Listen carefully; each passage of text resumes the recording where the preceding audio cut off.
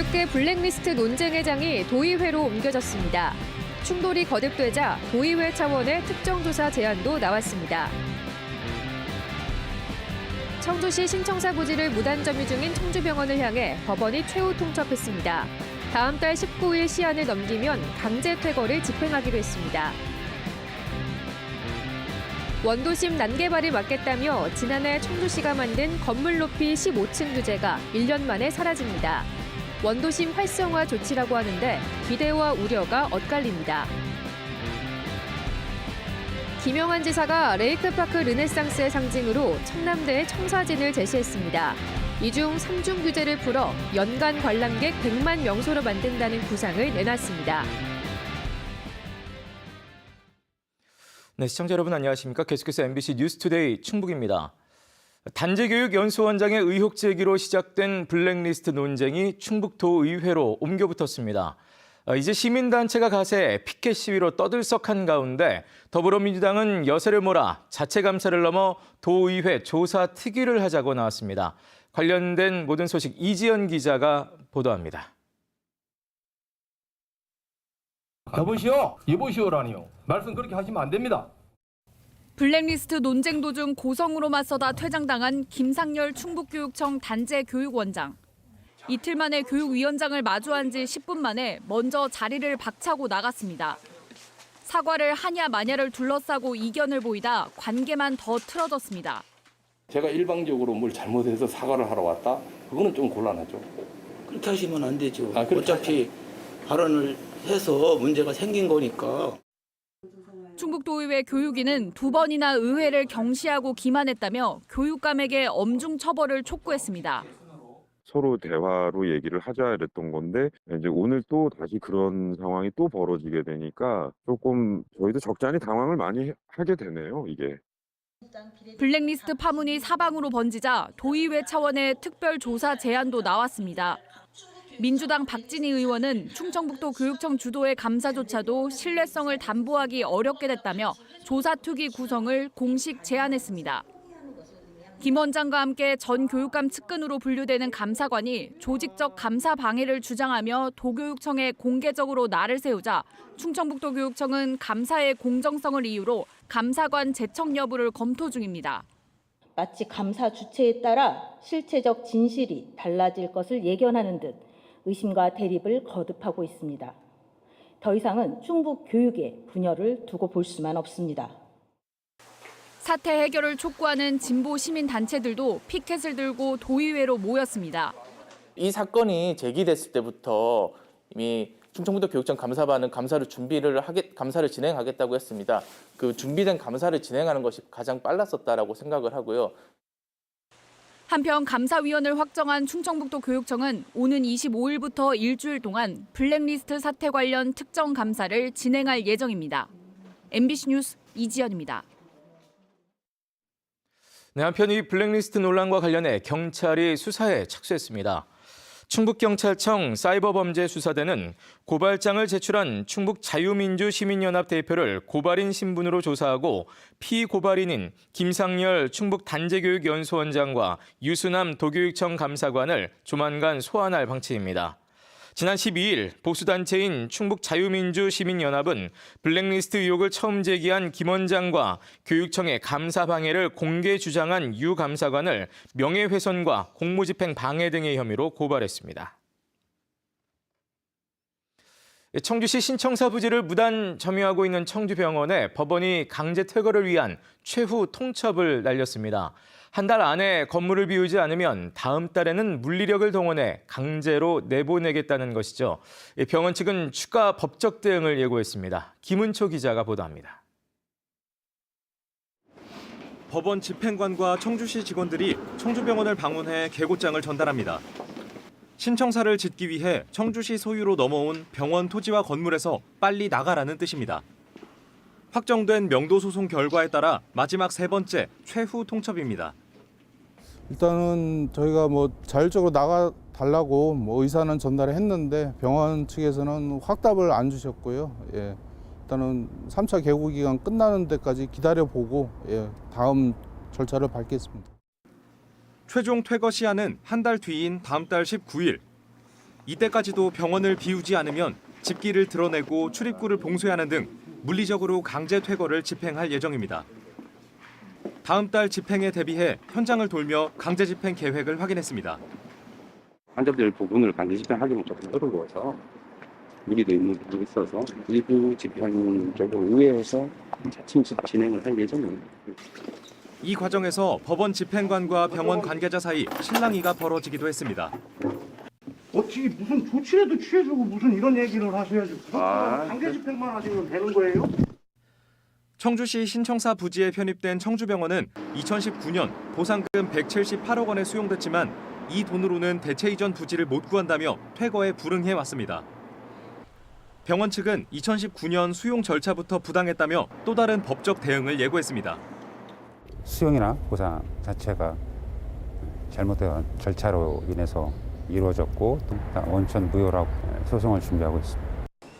1981년 현 위치에 개원한 청주병원은 현재 세개과 250병상과 장례식장을 운영하고 있습니다.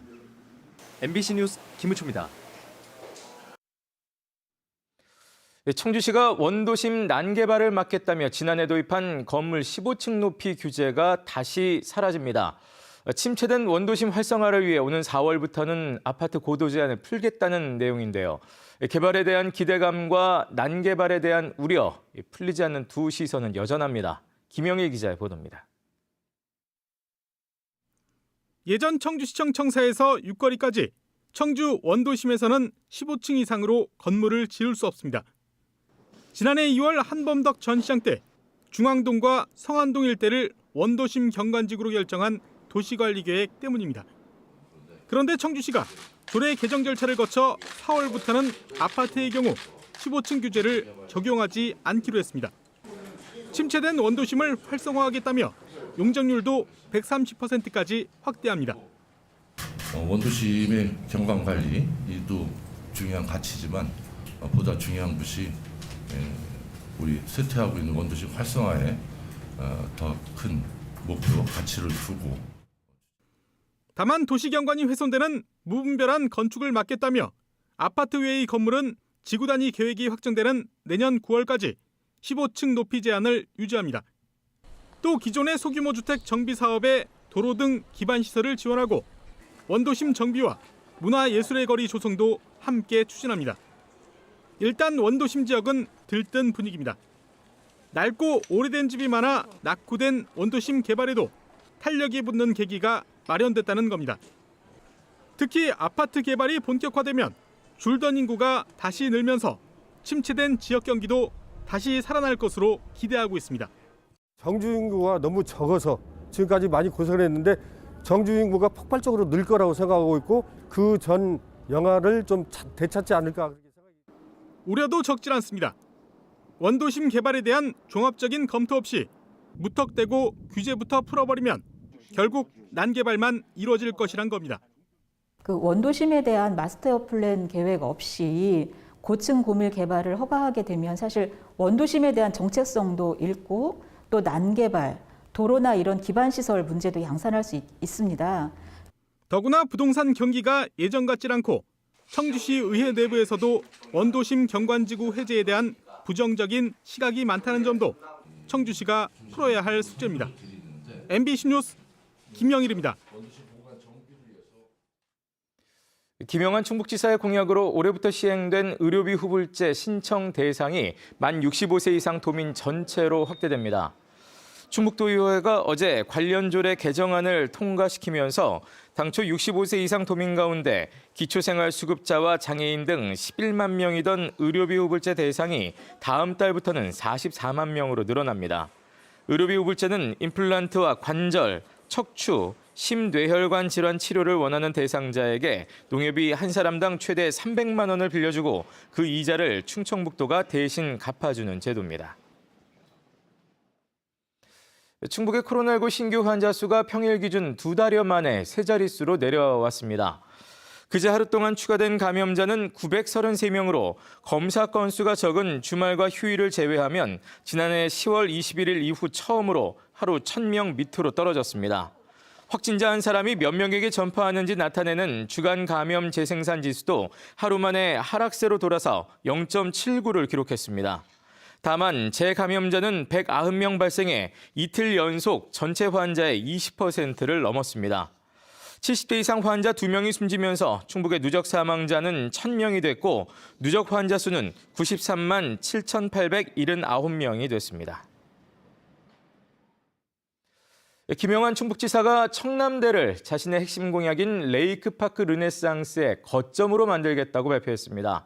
11개 시군을 모아 대규모 행사도 열었는데 각종 규제를 어떻게 풀어갈지가 이제 관건입니다. 김대웅 기자가 보도합니다. 김영환 충북지사와 11개 시군 시장 군수들이 새해를 맞아 청남대에 모였습니다. 지역 대표 관광지 사진을 손에 들고 레이크파크 르네상스 사업의 성공을 기원했습니다. 지역의 10개 대학 총장도 업무 협약을 하고 레이크파크 사업에 적극적으로 협력하기로 했습니다. 김 지사가 청남대에서 이렇게 행사를 한 이유는 청남대가 레이크파크 사업이 시작되는 상징적인 곳이기 때문입니다. 레이크파크 르네상스는 김영환 지사 핵심 공약, 지역의 호수와 백두대간을 하나로 묶어 충북의 대표 브랜드로 만드는 사업인데 11개 시군 전체에 걸쳐 규제 완화와 관광지 개발, 홍보와 환경 보전까지 다양한 사업이 한데 묶여 있습니다. 규제에 묶여 발전이 어려운 청남대에 이른바 발상의 전환을 통해 눈에 띄는 변화를 먼저 보여주겠다는 게 김 지사의 생각입니다. 청남대를 새롭게 발전시키는 것으로부터 레이크파크 르네상스를 출범시켜야 되겠다는 생각을 갖고 있고요. 청남대의 환골탈태를 보면 충청북도가 어떻게 변화할 것인가를 예견할 수 있도록. 청남대는 대통령 별장으로 국민적인 관심을 끌어내면서 개방 이듬해인 2004년 100만 관광객을 달성했습니다.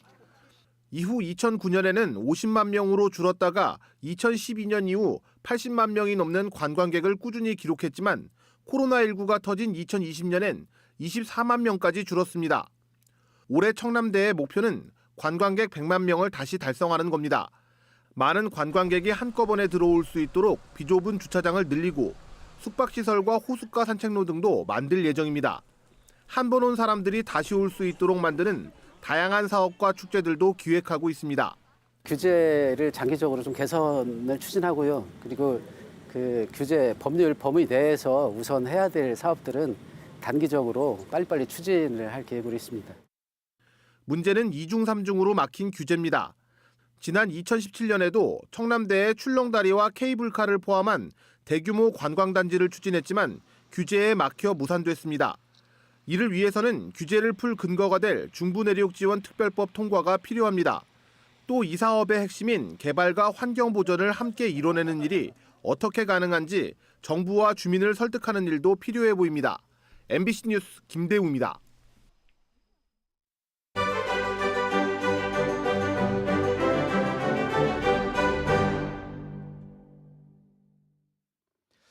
유독 동아시아 문화권에서만 접할 수 있는 전통공예 기술이 있습니다.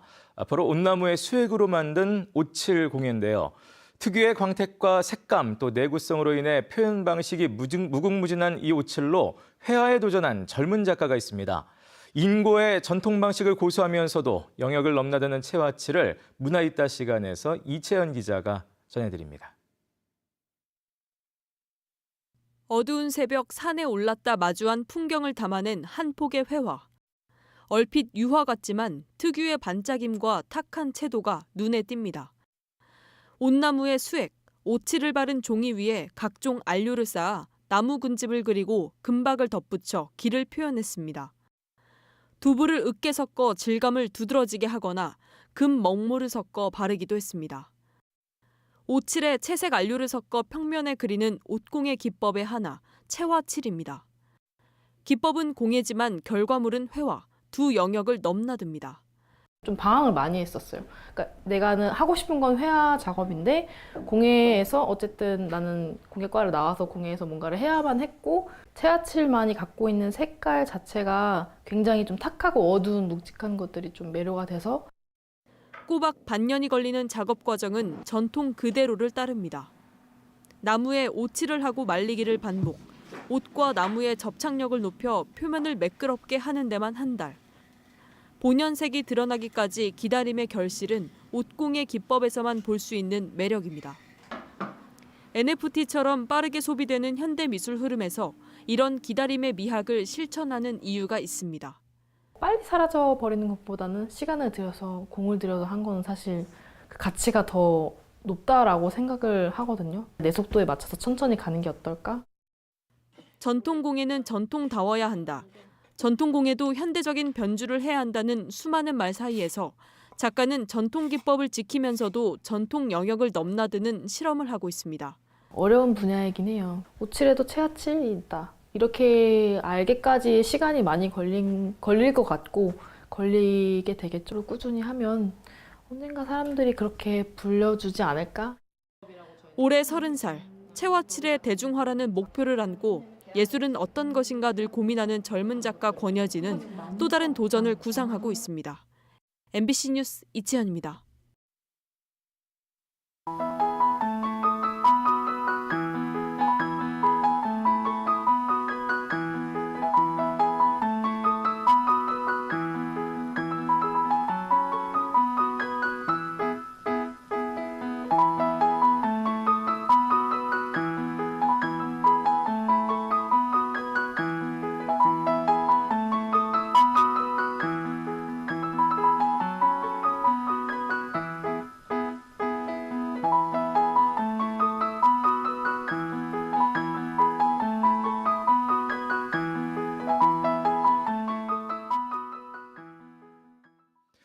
음주운전 사고를 낸 혐의로 송치된 스피드스케이팅 김민석 선수가 약식 기소됐습니다. 청주지검 형사 2부는 지난해 7월 진천 선수촌에서 술에 취한 채 승용차를 몰다 경계석을 들이받은 김민석 선수를 벌금형으로 약식 기소했습니다. 약식 기소는 사건이 경미하다고 판단해 정식 재판을 열지 않고 서면 심리로 대체하는 절차입니다. 이번 설 연휴 기간 충북대병원을 비롯한 도내 21곳 병원에서 24시간 응급의료를 담당합니다. 이와 함께 충청북도는 설 연휴 기간 도내 289곳의 병의원과 약국 261곳, 보건기관 42곳이 적어도 하루 이상 문을 열도록 했습니다. 연휴에 문을 여는 병의원이나 약국 정보는 보건복지부 콜센터 129나 119, 또 응급의료 포털 홈페이지를 통해 안내받을 수 있습니다. 설 연휴 기간 귀성객과 시민 편의를 위해 도내 학교와 교육기관의 주차장이 무료로 개방됩니다. 충청북도 교육청은 설 연휴인 내일부터 24일까지 나흘 동안 교육지원청과 도교육청 직속기관, 학교 등 150여 곳의 주차장과 운동장을 무료로 개방한다고 밝혔습니다. 개방 학교는 카카오맵과 네이버맵, 공유누리 포털에서 검색해 찾을 수 있습니다. 충주시가 오는 2027년까지 예술의 전당과 시립미술관을 건립하겠다고 밝혔습니다. 예술의 전당은 건축 설계 용역 과정에서 사업비가 2배 가까이 증가해 729억 원에 이를 것으로 추정됨에 따라 타당성 조사와 재정 투자 심사를 다시 받게 됐습니다. 충주시는 최근 충청북도에 조사 신청서를 제출했고 결과가 나오는 대로 사업 추진에 나설 방침입니다.